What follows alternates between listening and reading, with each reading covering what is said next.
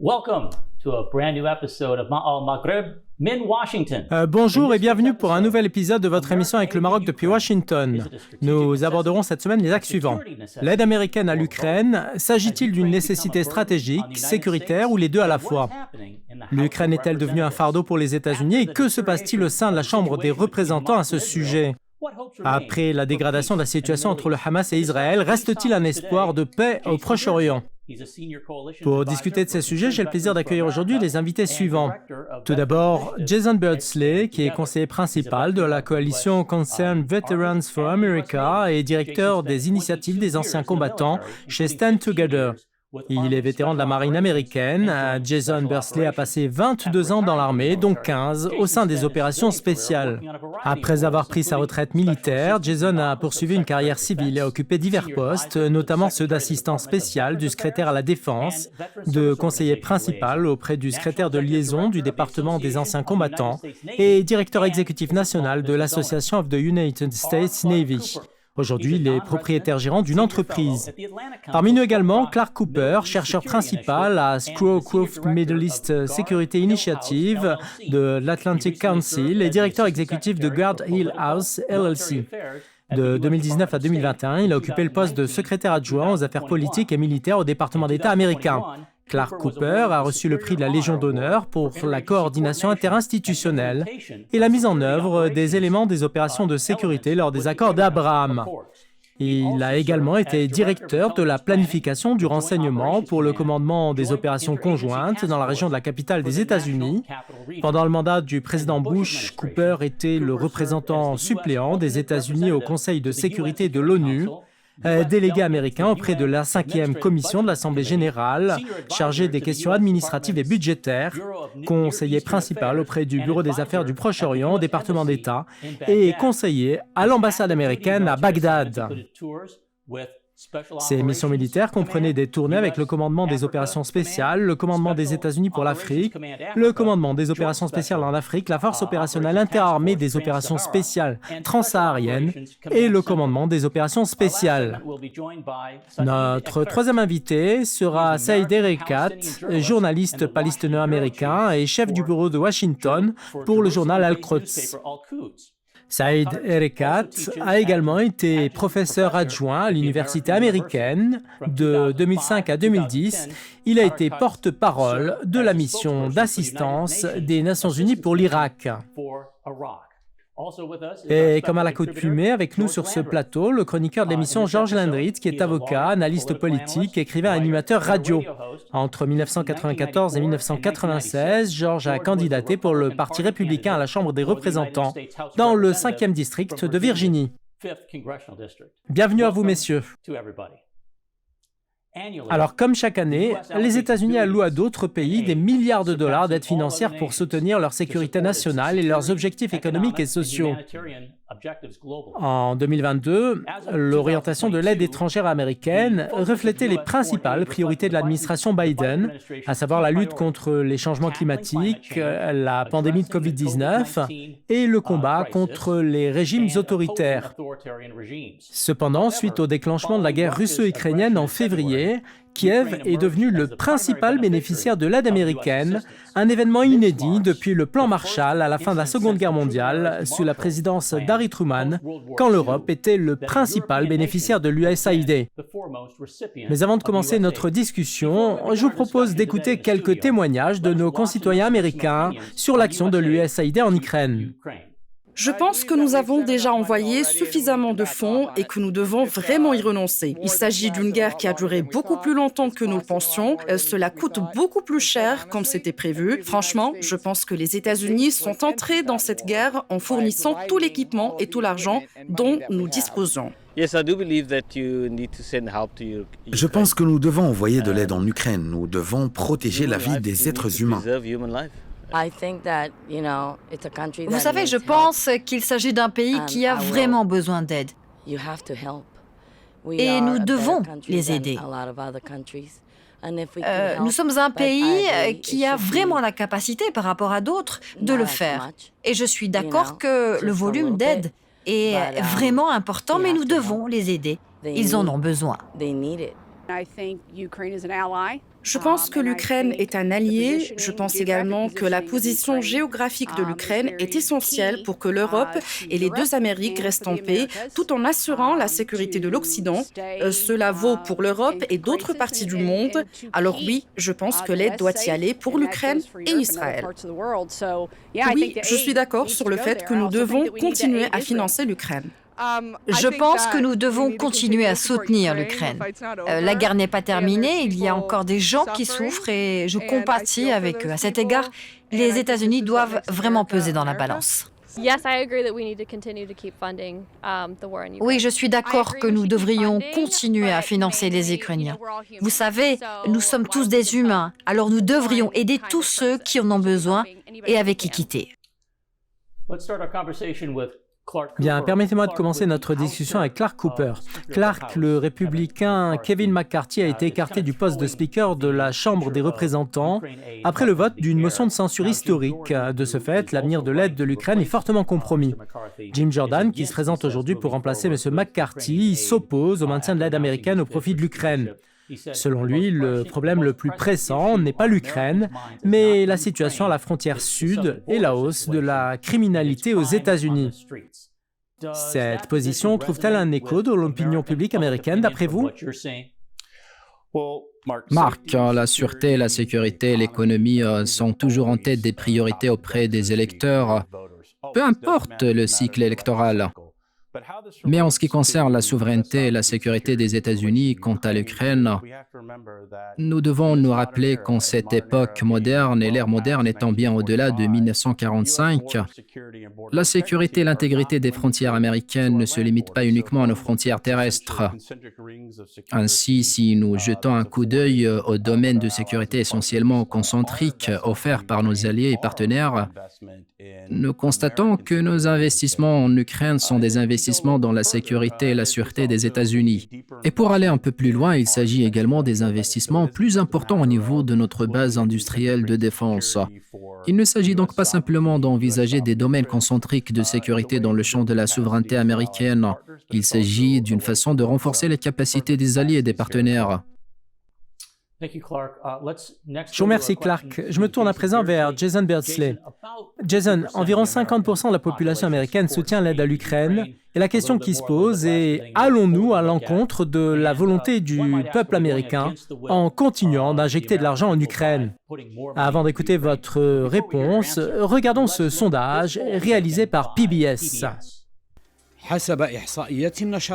Selon les statistiques publiées par le réseau de télévision PBS, le volume de l'aide américaine apportée à l'Ukraine entre janvier 2022 et juillet 2023 est estimé à 76,8 milliards de dollars, dont 5% d'aide humanitaire, avec une couverture de 3,9 milliards de dollars. 34% du soutien financier s'élevant à 26,4 milliards de dollars, 24% de l'aide à la sécurité pour un montant de 18,3 milliards de dollars, 31% sont des armes et des équipements pour un montant de 23,5 milliards de dollars et 6% des dons et des prêts pour un montant de 4,7 milliards de dollars. L'aide reçue par l'Ukraine jusqu'en 2022 dépasse le montant total reçu par le reste des pays aidés par les États-Unis au cours de l'année 2021, dépassant Israël qui a reçu 3,3 milliards de dollars, puis la Jordanie avec 1,6 milliard de dollars, l'Afghanistan avec 1,4 milliard de dollars, l'Éthiopie avec 1,4 milliard de dollars et l'Égypte avec 1,3 milliard de dollars, puis le Yémen avec 1 milliard de dollars. Jason, selon un sondage de CNN, 55% des personnes interrogées estiment que le Congrès américain ne devrait pas approuver davantage d'aide financière pour l'Ukraine. Alors que pensez-vous à propos de ces chiffres?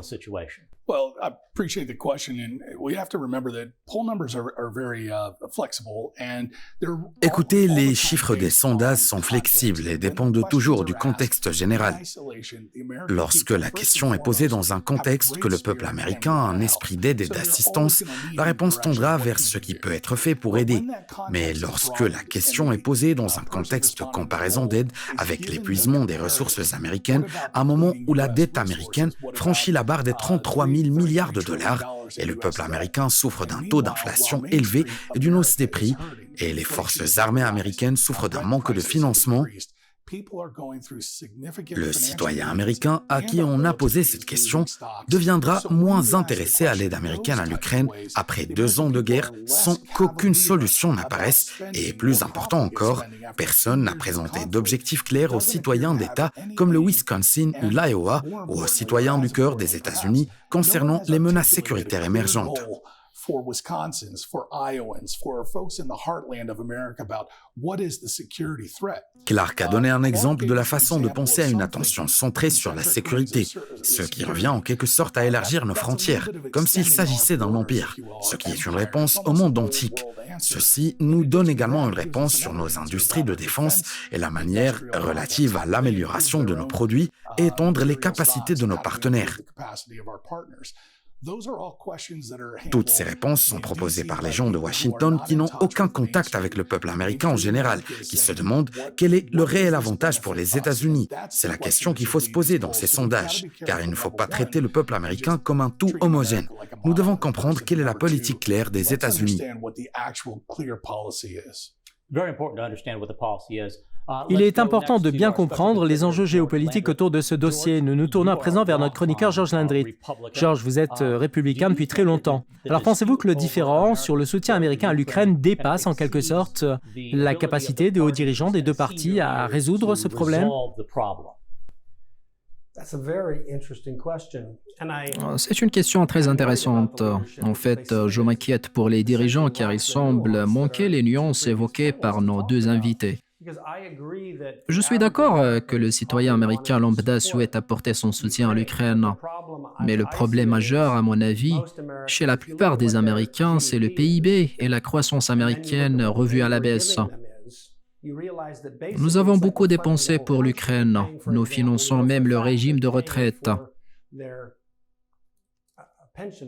Ceci n'est pas vraiment un élément de notre sécurité nationale.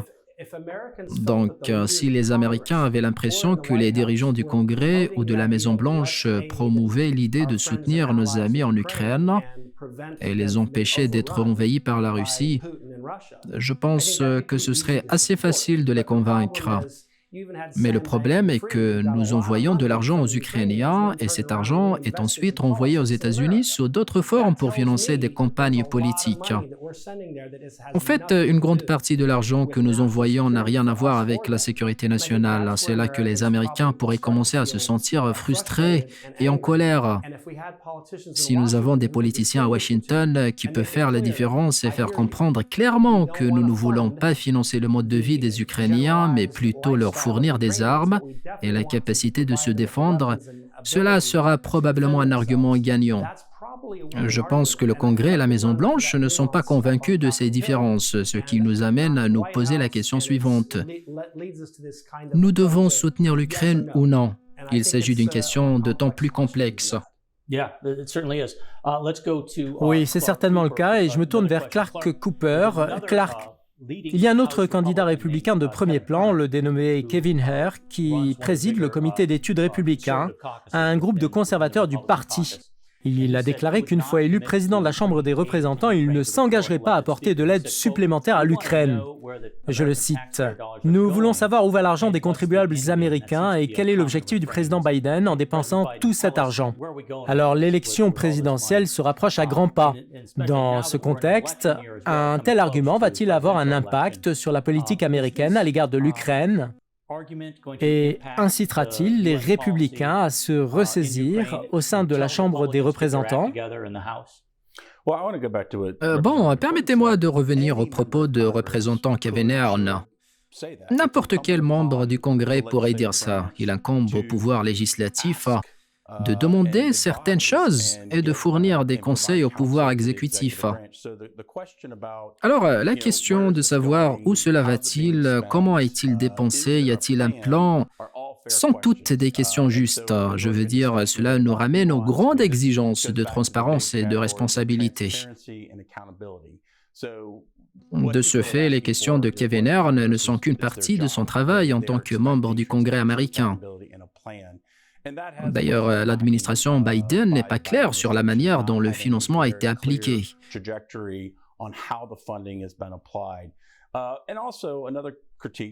Une autre critique s'inscrit en quelque sorte dans cette question de transparence et de responsabilité. C'est la façon dont cela a été élaboré au coup par coup, au lieu d'avoir simplement un projet de grande envergure sur la façon de vaincre la Russie. La situation nécessite une explication sur la manière dont ils investissent concernant la sécurité nationale et les intérêts américains.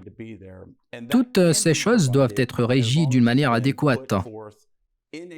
Personnellement, j'ai travaillé auparavant dans plusieurs branches du gouvernement américain, d'où je suis conscient que ce plan pourrait être présenté sous la forme d'une version secrète aux membres du Congrès et qu'une autre version publique pourrait être présentée aux contribuables américains afin qu'ils aient une idée claire concernant le sujet. Mais la question de savoir comment dépenser l'argent des contribuables américains et quel est l'objectif final sont des questions que tout le membre du Congrès peut se poser. Tout à fait, Clark. Merci. Posons la même question à Jason par rapport au contexte électoral. Nous avons les candidats républicains à la présidentielle qui sillonnent le pays pour essayer de gagner le soutien des électeurs en vue des primaires. Au Congrès, il y a une très faible majorité pour les républicains. En revanche, au Sénat, c'est les démocrates qui sont aujourd'hui majoritaires. Si on tient compte de tous ces facteurs, comment cela va-t-il interférer avec les difficultés liées au financement de l'aide destinée à l'Ukraine ? Je pense que cela concrétise l'harmonie de notre système. Le cycle électoral est là pour garantir que le peuple ait son mot à dire sur la façon dont les dépenses sont effectuées. Vous savez, nous venons d'évoquer l'idée que nous payons les retraites en Ukraine. Pendant ce temps, les Américains perdent leurs propres retraites et voient leur propre portefeuille d'actions diminuer, donc ils souffrent. Alors maintenant que les politiciens sont sur le point de se retrouver face à face avec les électeurs américains, les électeurs vont se poser la question qui mérite d'être posée davantage, celle de l'argument de Clark, à savoir les questions de la responsabilité et de la transparence. Personne ne peut tromper les Américains. En fait, nous voyons depuis des décennies le Congrès se soustraire à ses responsabilités. Il est donc un peu exagéré de s'attendre à ce qu'il change d'une manière ou d'une autre au cours de cette session et envisage de demander des comptes au pouvoir exécutif. Je pense que les gens ne vont pas y croire et c'est l'une des raisons pour lesquelles nos représentants ne parviennent pas à articuler une raison significative pour laquelle ce soutien à l'Ukraine devrait s'étendre au-delà de ce qui a déjà été une généreuse extension de soutien de la part des États-Unis. Encore une fois, il nous manque les composants essentiels. Comment cela est-il un électeur de Wisconsin? Comment cela est-il les électeurs de l'Ohio? Et ce sont les législateurs qui devront répondre à la question.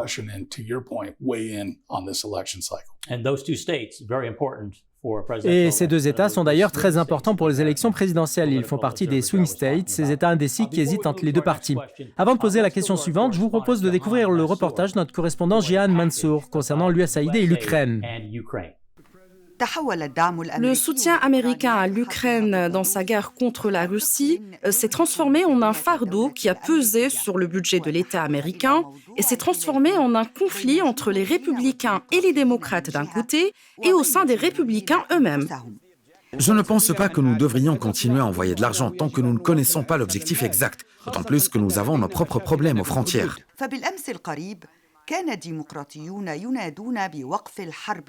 Les démocrates ont appelé dernièrement à un cessez-le-feu en Irak et en Afghanistan et ont demandé le transfert de l'argent de la guerre au profit de l'intérieur des États-Unis. Et voici les républicains qui répondent. Certains pensent que la guerre mettra fin à la trésorerie russe et affaiblira Poutine. En revanche, l'opinion publique américaine reflète les attentes et contribue à 45% dans un sondage au rejet de l'aide à l'Ukraine. Entre le marteau et l'enclume, le président Biden se trouve incapable de couper le soutien à l'Ukraine et il n'a pas non plus les moyens de poursuivre un tel soutien jusqu'au bout.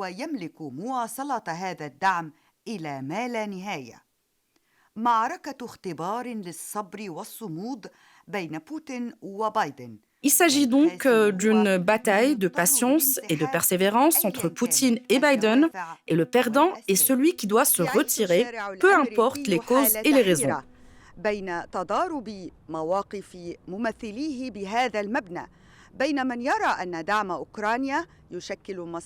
Certains représentants estiment que le soutien à l'Ukraine constitue un intérêt de sécurité nationale pour les États-Unis et d'autres estiment que ce soutien est contre l'intérêt du citoyen américain et ses besoins quotidiens. Pendant ce temps, les responsabilités de la Maison-Blanche nécessitent un consensus. Ce dernier demeure impossible à la veille des prochaines élections présidentielles. جيهان منصور من أمام مبنى الكونغرس الأمريكي ميديا واشنطن. Merci Jehan. Je me tourne à présent vers Clark Cooper, qui est membre non résident de l'Atlantic Council.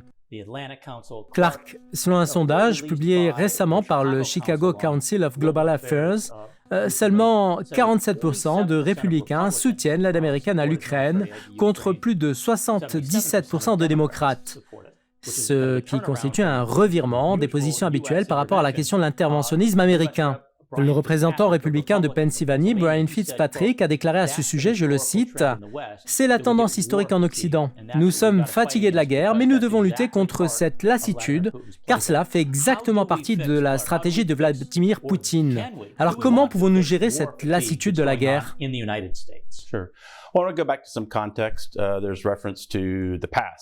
Alors, permettez-moi de revenir à un certain contexte émanant du passé. À l'époque du président Dwight Eisenhower, il y avait un principe conservateur qui fait partie aujourd'hui d'un principe de sécurité américaine, celui de la paix par la force. C'est quelque chose qui est toujours applicable dans cette situation d'aujourd'hui.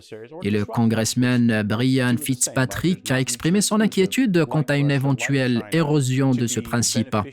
Nous ne voulons pas que nos rivaux ou nos opposants comme la Russie et la Chine deviennent les bénéficiaires de notre faiblesse potentielle. Quand je reviens à l'aide de la paix par la force, je dis qu'elle constitue un principe historique conservateur et que l'idée existe encore aujourd'hui. Mais on peut dire qu'elle est légitime lorsque les membres du Congrès, tant du Parti démocrate que du Parti républicain, remettent en question comment cet argent est dépensé et où il va. Par conséquent, nous devons séparer entre nos intérêts et le retour à l'isolationnisme et le principe des progressistes qui ne veulent pas adopter une position ferme en matière de sécurité nationale. Je me tourne à présent vers notre chroniqueur George Landry. George vous pose la même question. Seulement 47% des républicains soutiennent l'aide militaire à l'Ukraine contre plus de 77% de démocrates. Et il s'agit d'une grande disparité. Alors pensez-vous que le risque de la lassitude de la guerre en Ukraine ne provoque une poussée isolationniste chez le peuple américain ? Je pense que oui. C'est d'ailleurs l'une de mes préoccupations, la lassitude de la guerre. Le représentant a fait valoir un très bon point, c'est que cela fait partie de la stratégie de Poutine. Et c'est pourquoi nos dirigeants doivent dire clairement au peuple américain, nous n'allons pas financer les retraites des Ukrainiens. Nous allons juste financer l'aide à l'Ukraine pour se défendre. Quand vous avez un président qui ne fait fondamentalement aucune distinction et ses partisans au Congrès font exactement la même chose, il devient assez facile de s'opposer à ce point de vue. Je pense que le rôle et l'opinion des dirigeants sur ce que nous ferons et sur ce que nous allons faire avec nos objectifs vont beaucoup aider cette cause.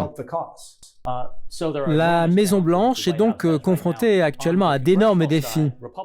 Du côté du Congrès, les partisans républicains affirment que l'aide est essentielle à la sécurité nationale des États-Unis, en avertissant qu'une victoire russe en Ukraine enhardirait la Chine dans son action contre Taïwan.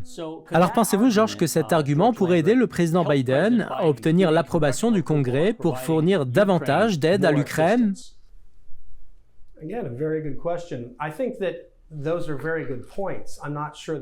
Encore une très bonne question.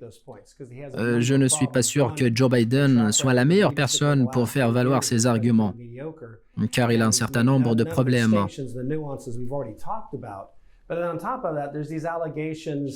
D'abord, son bilan de leadership médiocre au cours des 3 dernières années, mais en plus de cela, il y a ces allégations qui semblent assez crédibles de corruption au niveau de sa famille.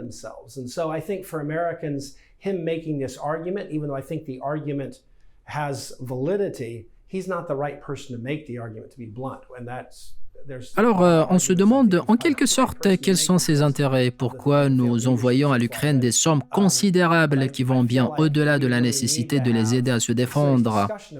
Je pense que pour les Américains, Biden n'est pas celui qui a la capacité de soulever ces questions. Je pense également que nous devons discuter de ces questions d'une manière sérieuse. Complex problems require complex analysis, not simplistic analysis, and that's what we end up with. Nous devons, comme l'ont dit Bradley et Cooper, discuter de questions complexes avec des solutions fortes. Il aurait été plus facile de soutenir la position de Biden s'il était vraiment aux commandes. Mais maintenant, je ne comprends pas comment Joe Biden peut faire tout cela. Je vous remercie, Georges Lanhuit. Nous allons maintenant faire une courte pause et directement après, nous continuerons notre discussion à propos de la guerre entre l'Ukraine et la Russie. Nous parlerons également du conflit entre Israël et le Hamas. Restez avec nous.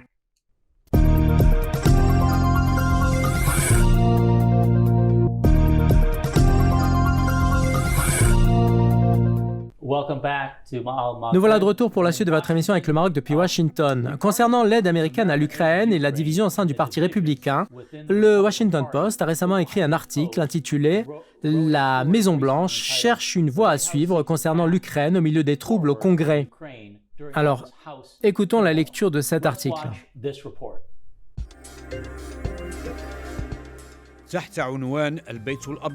Sous le titre « La Maison-Blanche cherche une voie à suivre concernant l'aide à l'Ukraine pendant ses tourmentes au sein du Congrès », John Hudson a écrit dans le Washington Post ce qui suit.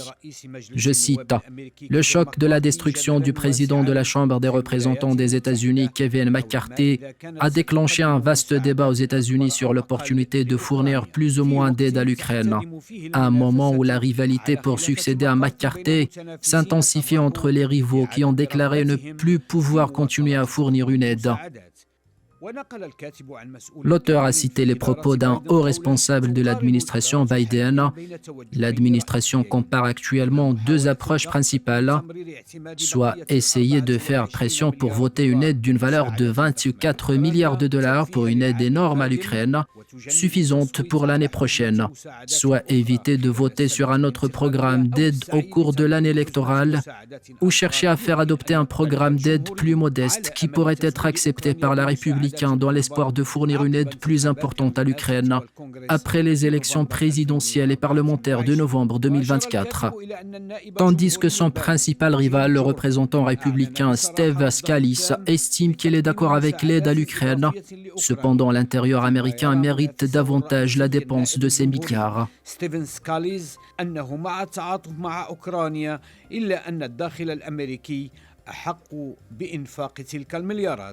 Hudson a cité les propos d'un responsable au département de la Défense, disant que l'administration Biden est très préoccupée par la question de savoir qui remportera la direction de la Chambre des représentants.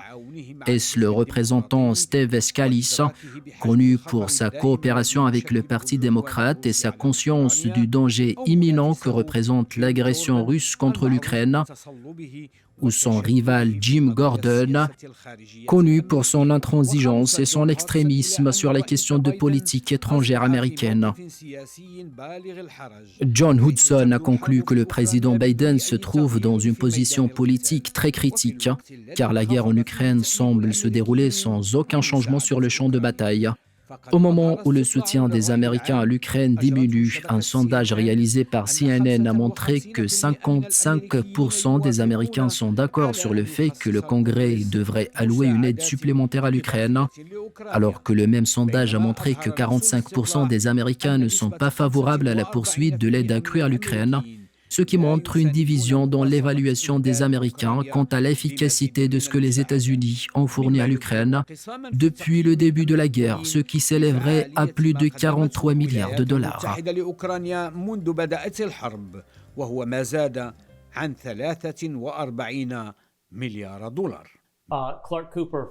Clark, pensez-vous que le fait de lier l'aide à l'Ukraine à la sécurité nationale américaine est une bonne stratégie pour Joe Biden?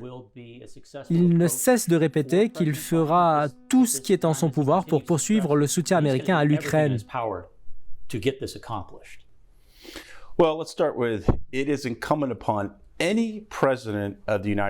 Permettez-moi de commencer par dire que tout président américain doit d'abord expliquer les intérêts nationaux au peuple américain.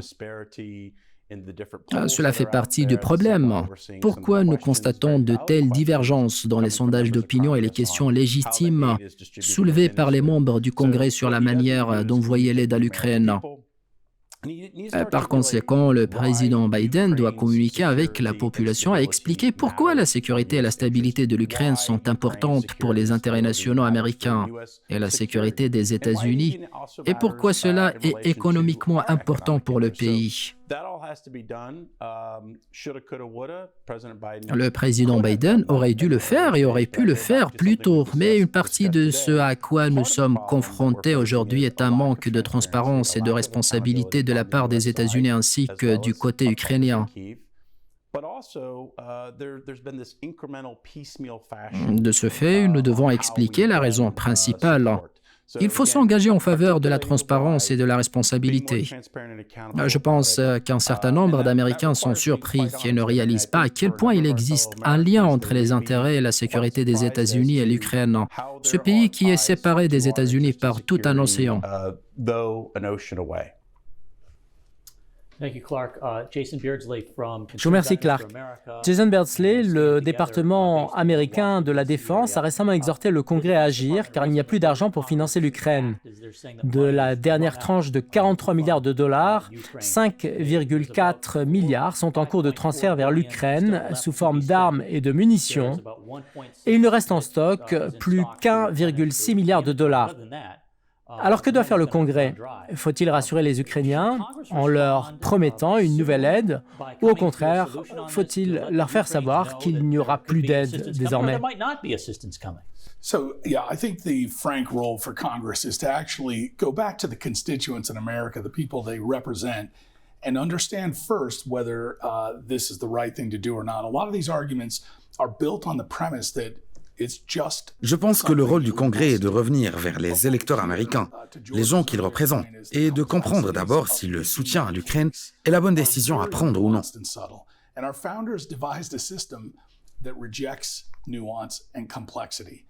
Beaucoup de ces arguments d'aujourd'hui reposent sur le principe que l'aide à l'Ukraine est une démarche que nous devons adopter.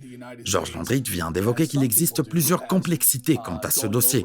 En effet, les pères fondateurs de cette nation ont conçu un système qui rejette les complexités. Ils voulaient que le Congrès soit efficace. Ils voulaient également que ces décisions soient difficiles, parce qu'ils ne voyaient pas les États-Unis comme certains la voient aujourd'hui, une partie prenante impliquée dans les intérêts et la sécurité nationale d'autrui.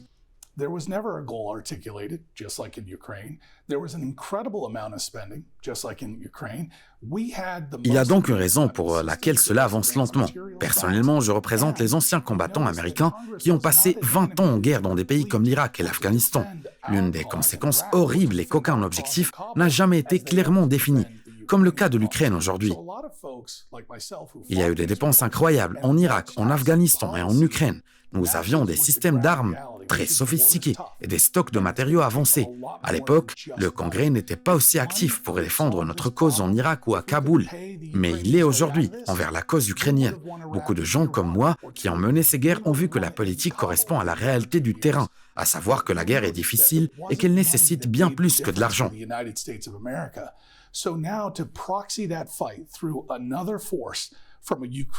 Si l'argent pouvait résoudre ce genre de problème, nous pouvions aider les Ukrainiens à sortir de la crise. Nous aurions également gagné en Irak et en Afghanistan dès la première ou la deuxième année. Mais voilà, nous remarquons que ce n'est pas l'argent qui a fait la différence pour les États-Unis.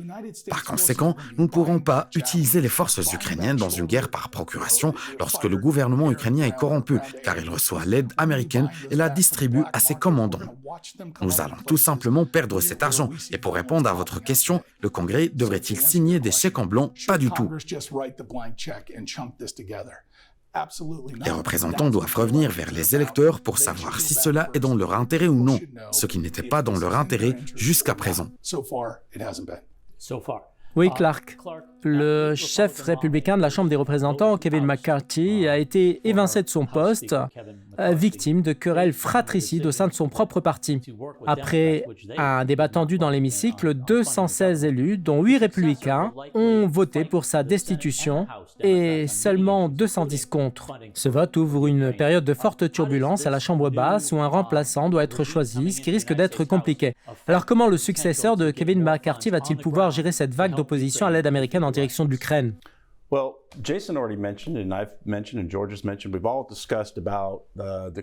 Jason, George et moi également, nous avons tous discuté du rôle du Congrès comme pouvoir législatif.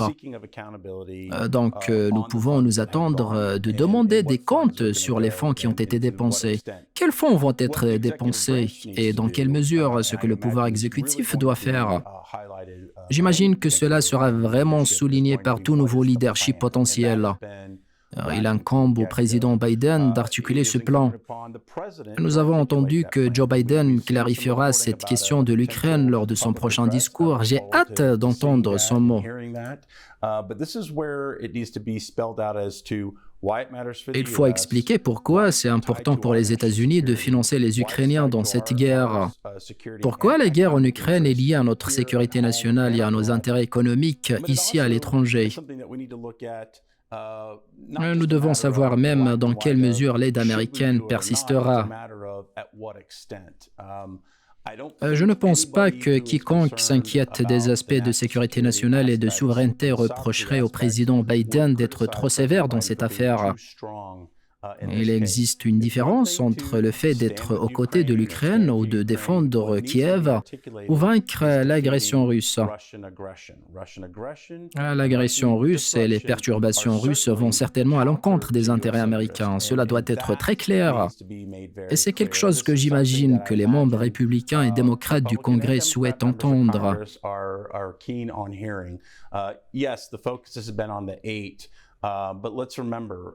Bien évidemment, l'accent a été mis sur les 8 représentants, mais rappelons-nous que nous avons tout un corps législatif très intéressé et préoccupé par la façon dont ces fonds ont été utilisés. Alors oui, la balle est désormais devant le tribunal du pouvoir exécutif, mais il doit y avoir des plans et des orientations claires pour vaincre l'agression russe, car cela est lié à nos intérêts. De plus, la chute de l'Ukraine projettera une ombre négative sur nos amis de Taïwan.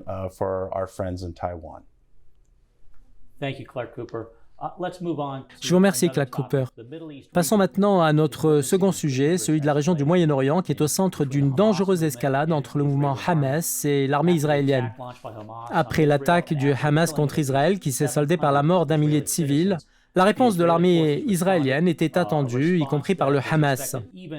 Alors, pour parler de ce sujet, nous avons avec nous, depuis Washington, l'écrivain et journaliste palestino-américain Saïd Erekat. Saïd, en évoquant les raisons de cette opération, certains parlent du timing et de la réaction que le Hamas voulait provoquer. Et ils savaient qu'il y aurait à Gaza de grandes destructions et de nombreuses pertes en vie humaine. Qu'en pensez-vous, Saïd? Merci Marc, j'apprécie le fait d'être parmi vous aujourd'hui dans le cadre de cette émission. Je pense que ce qui s'est passé est quelque chose qui arrive régulièrement. Israël mène une guerre contre les Palestiniens depuis 75 ans, voire plus. Il n'y a donc rien de nouveau. Israël attaque d'une manière durable le Hamas. Les gens ont tendance à oublier qu'Israël prend toujours l'initiative en ce qui concerne l'agression et attaque le Hamas. C'est ce qu'il a fait en 2008, 2012 et 2014. 2500 Palestiniens ont été tués, dont 700 enfants. Nous avons connu le même scénario en 2021 et 2022. Donc cette guerre est toujours en cours.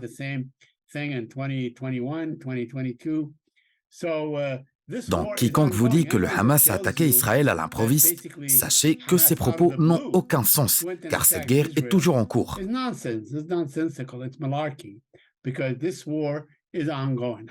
Le Hamas a essentiellement répondu à une agression israélienne.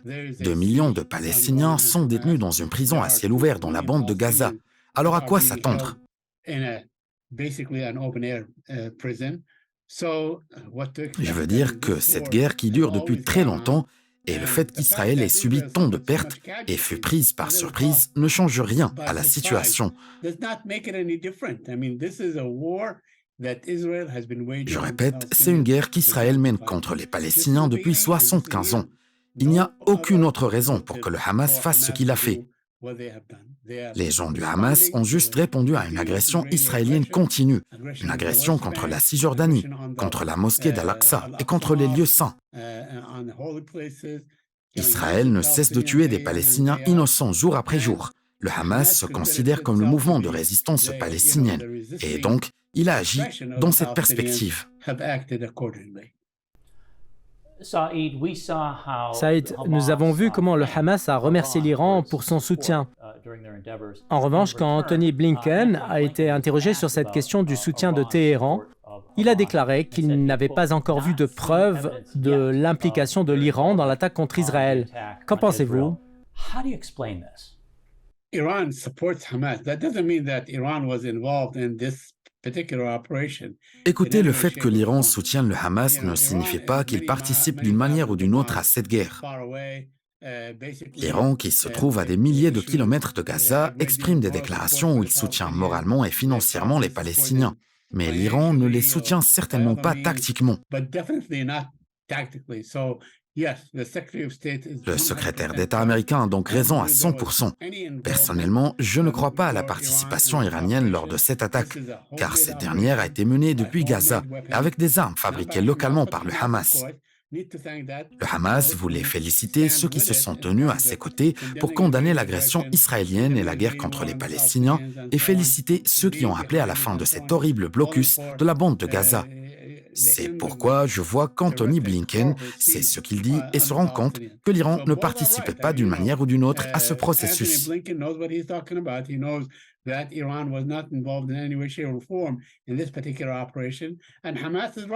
Le Hamas a raison de reconnaître que l'Iran le soutient, rappelant que le Hamas n'a pas entretenu de bonnes relations avec l'Iran depuis de nombreuses années et n'a repris ses relations avec l'Iran que depuis 3 ans.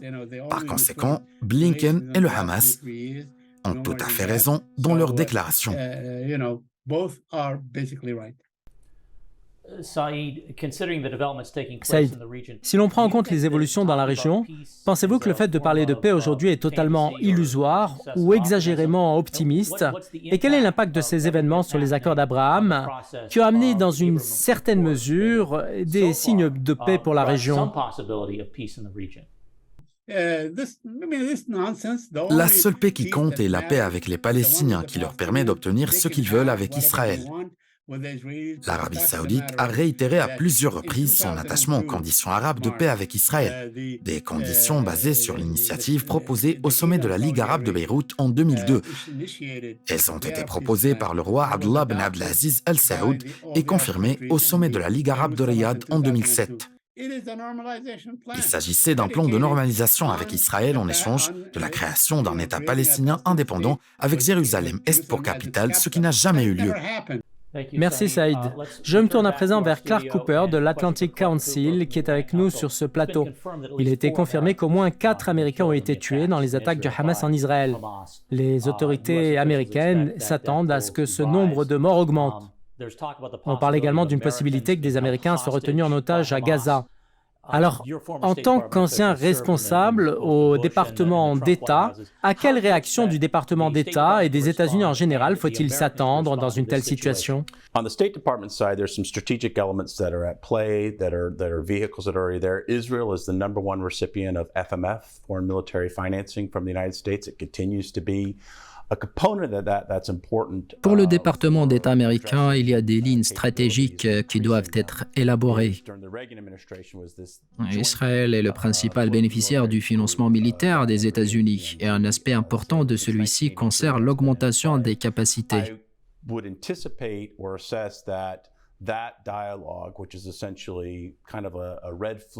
Pendant le mandat du président Ronald Reagan, un dialogue militaire conjoint a été établi en 1983. Et j'espère que ce dialogue recevra une attention particulière sur certains aspects du processus. Il s'agit d'un dialogue fort. J'ai eu également un dialogue fort avec mes collègues en Israël, non seulement au département de la Défense, mais aussi au département d'État. Je crois que le dialogue entre les deux parties du groupe militaire conjoint sera plus important maintenant qu'avant.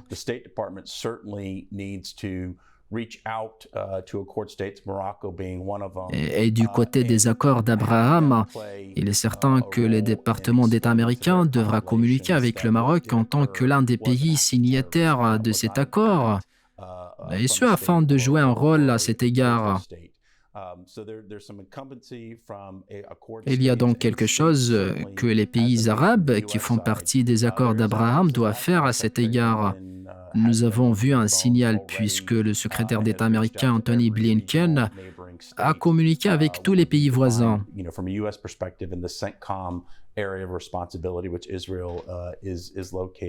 Ce sont les aspects stratégiques.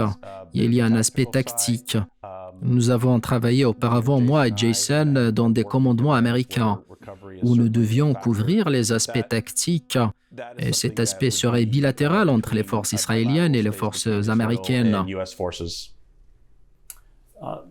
Jason, nous avons longuement évoqué l'Ukraine et maintenant nous parlons de la situation en Israël. Nous avons donc aujourd'hui 2 guerres, 2 fronts différents pour les États-Unis qui doivent, si nécessaire, trouver des moyens de soutenir leurs alliés. Alors, que pense votre organisation de ce nouveau front et du conflit qui embrasse désormais le Proche-Orient?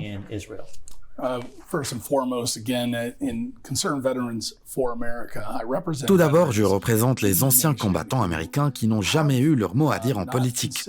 C'est pourquoi l'organisation que je représente souhaite soulever cette question auprès des décideurs politiques à Washington.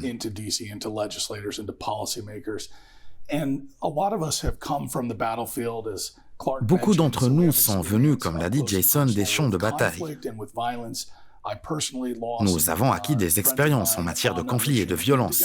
J'ai personnellement perdu un ami lors d'une mission diplomatique dans la bande de Gaza, où nous avons été touchés par un engin explosif improvisé en 2003. Maintenant, je comprends exactement le sens de la douleur, et lorsque nos anciens combattants voient des citoyens américains pris en otage ou maltraités, nous ressentons une grande compassion. C'est pourquoi je dis que tous ceux qui ont participé au champ de bataille devraient faire une pause et prier pour arrêter ces souffrances.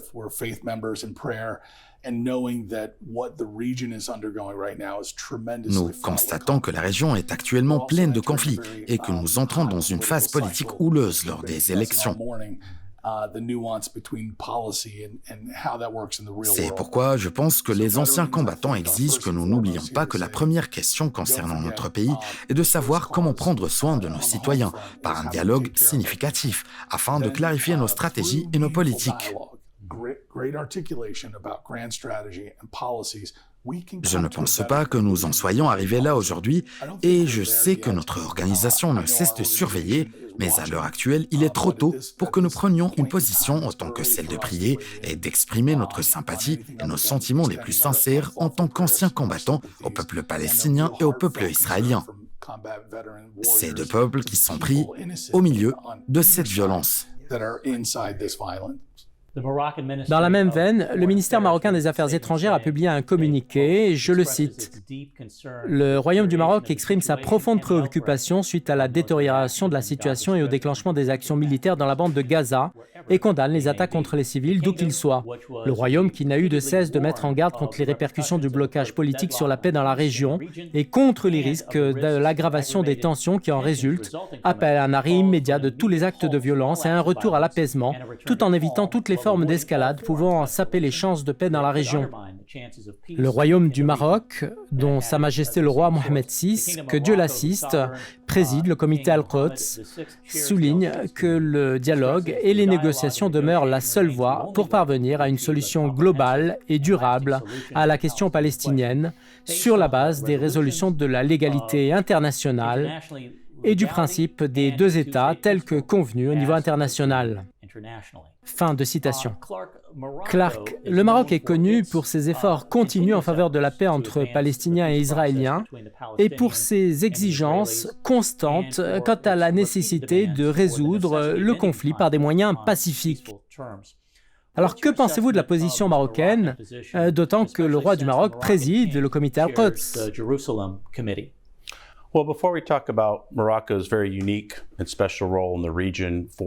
Avant de parler du rôle unique du Maroc dans la région en matière de stabilité et de sécurité, nous devons nous rappeler que cette attaque lancée par le Hamas a massivement sapé toute opportunité ou possibilité qui s'offrait au peuple palestinien.